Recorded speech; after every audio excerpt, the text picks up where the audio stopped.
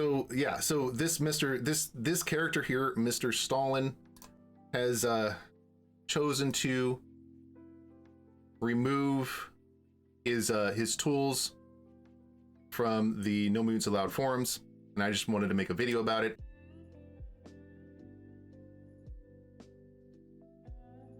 I'm talking about these 3 entries in the No Moons Allowed forums today for the first 20 minutes. Let me give some preface to it. Actually, you know what? Let me start the stream off like this. I made this video in between December and January of this year. I stopped making it when the topic that I'm about to talk about started coming out. So let me show you this video real quick. Hopefully I think I cut it well enough to, this is not the entirety of the video. This is just about 30 seconds, minute and a half, 2 minutes. 2 minutes out of a 5-minute video. So let me show you this. So the modder, Mr. Stalin again, has put together an installer executable. Cue a joke about Russian hacker bots here. Okay. I'm not an expert in computer viruses or hacking or anything, but I have had my antivirus quarantine and delete a simple GUI program I made in C# because it false flagged it thinking an open file command was a virus. Whoa! So there is evidence that many antivirus programs use heuristics that aren't realistic or reliable.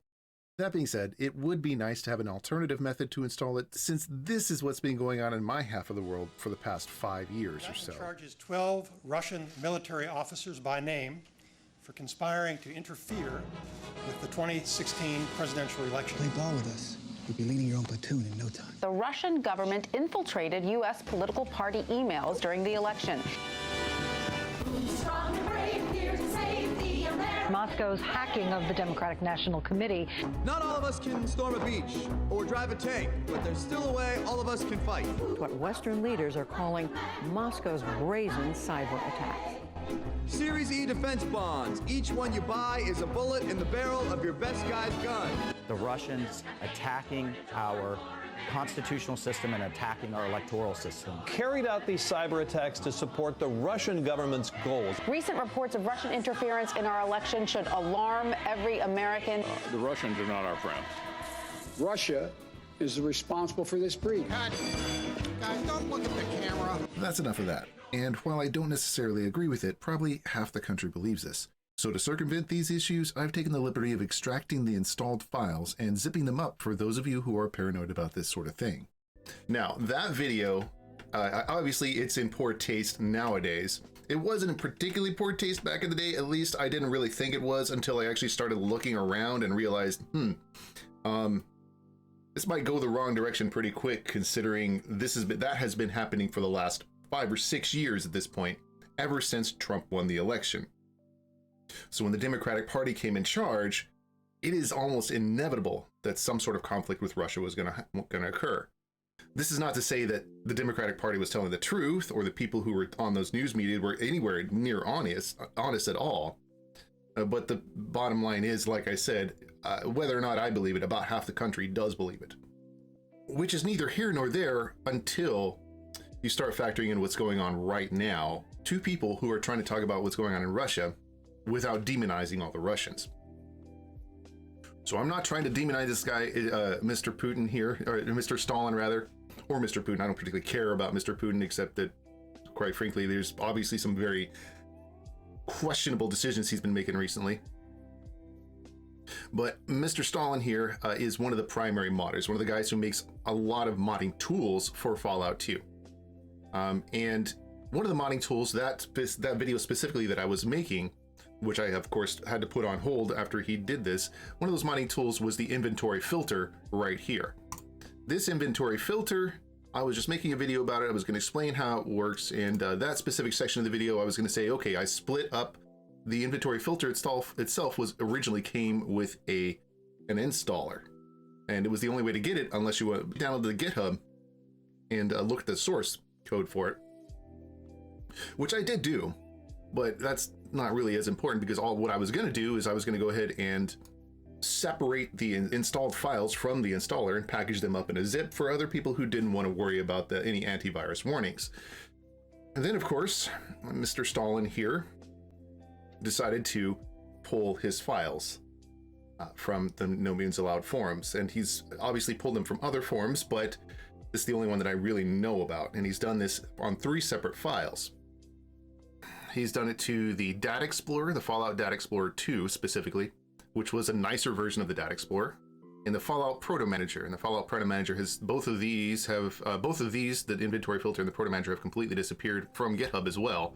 The Data Explorer has not disappeared. At least it had not up to the point where I had looked at it. Let me see if I can't actually get. Okay, so this is the GitHub. Let's throw this at the end here. And he's worked, so Mr. Stalin, or Fakel's Hub, has worked on SFAL, the SFAL script editor in particular, which is the one I'm really worried about losing. Data Explorer 2, the SFAL configurator, F2 mapper, a DIMS F2 mapper, which isn't really used that much, but it's out there. And I haven't made any stuff about it either. Let's see. He also has a bunch of other stuff. DatLib, which is another Data Explorer thing. SFAL Wiki, interesting. Useful for if you're working with SFAL and you want to do some scripting stuff with it. He's contributed to Fallout 2 Sonora, but I don't think that's really what he is so important here. So I think he's not a primary contributor on there. I'm not sure what this one is. SFAL script editor, text editor, Fallout 2 WME editor, world map encounter visual editor. This is actually kind of useful, and I want to actually make a video about this eventually if he doesn't pull it anyway. And an head AlphaRM files patcher as well. This is for an assistant to another thing. And then of course the Fallout 2 mapper. So he has quite a few things he's contributed to the Fallout 2 mining community, but he's decided to unfollow them for reasons that are fairly obvious given his obvious commentary. He'll pull everything, yes. So I'm going to make this recommendation to those people who are interested in modding. Go to GitHub, make yourself a GitHub account. Go to anything that you think might look valuable, in particular the Data Explorer 2 here, the SFAL script editor here, and either way, you can always just download them as a zip. I have downloaded every single one of these as a zip since he started pulling them, and I just wanted to make sure that anybody who is watching, and I'm going to cut this out and throw this on YouTube as well, anybody who's watching, to go over and grab a copy of these before he pulls the rest of them, because he is in Russia. He has obvious opinions about America, or the US anyway. Opinions that, whether or not I agree with them, they are his, and they are his personal point of view that I'm not going to trash too much, though I obviously disagree with them just a bit. Here is his response to me when I asked that question. Asked him why specifically he was pulling the inventory filter. This was right at the beginning of it. I said, sad to see the inventory filter go. Mind if I ask why you removed it? I was in the middle of making a video about it. You saw a little bit of that right up the beginning. He responds, why? We'll consider this a response to sanctions and aggressive actions of the United States, your country. I don't want people hostile to my country and supporting USA to use my mod for the game. I think I've clearly written this for you. Goodbye. Well, I asked him for a public statement. I guess this is going to substitute for an official public statement. I think it's somewhat childish, personally, somewhat childish, to pull your stuff from the modding community without at least giving a public statement as to why. I personally think a better approach, if you really wanted people to understand what was going on to your country, if this was the case, then you would want to have these accessible, but have a message to send to everybody who chose to download them and use them, so that people would understand what was happening to you and your country. The problem is, every single person in the media right now does not reflect this opinion. And he has chosen to, since the invasion of Ukraine, he's chosen to pull 2 more files. It started out with the inventory filter, which happened about 3 or 4 days before the invasion. And then after the invasion, he's pulled the Proto Manager and the Data Explorer 2. So these 3 files, and I expect him to pull more as well. Whether or not this is right or wrong is not, I don't care. I don't really care about that. I care about making sure the community, the Fallout 2 modding community, can continue to make mods safely and effectively and use the tools that have been made. And I just wanted to make sure that there was a video out there explaining what was going on. So a lot of the links to these tools are going to go bad on my YouTube videos.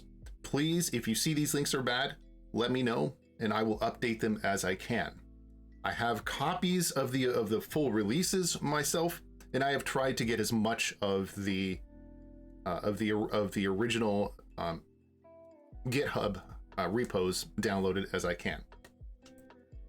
If you guys get a chance to, please go download the GitHub's repos yourself, make a branch, do whatever you feel is necessary to preserve the code. I am in the process myself of trying to learn how to code well enough to be able to make a modding tool of my own that I will contribute to as a resource to the No Mutants Allowed forums as well, and ask that it be passed around. But I have not quite yet made it that far into my into my tool because I don't have that much experience. But as much as hard as I'm trying, I'm just going to ask that everybody else who wants to make a mod take a look at this and keep an eye out for yourself for mods that might get pulled, tools that might get pulled. This is pretty much all there really is to it.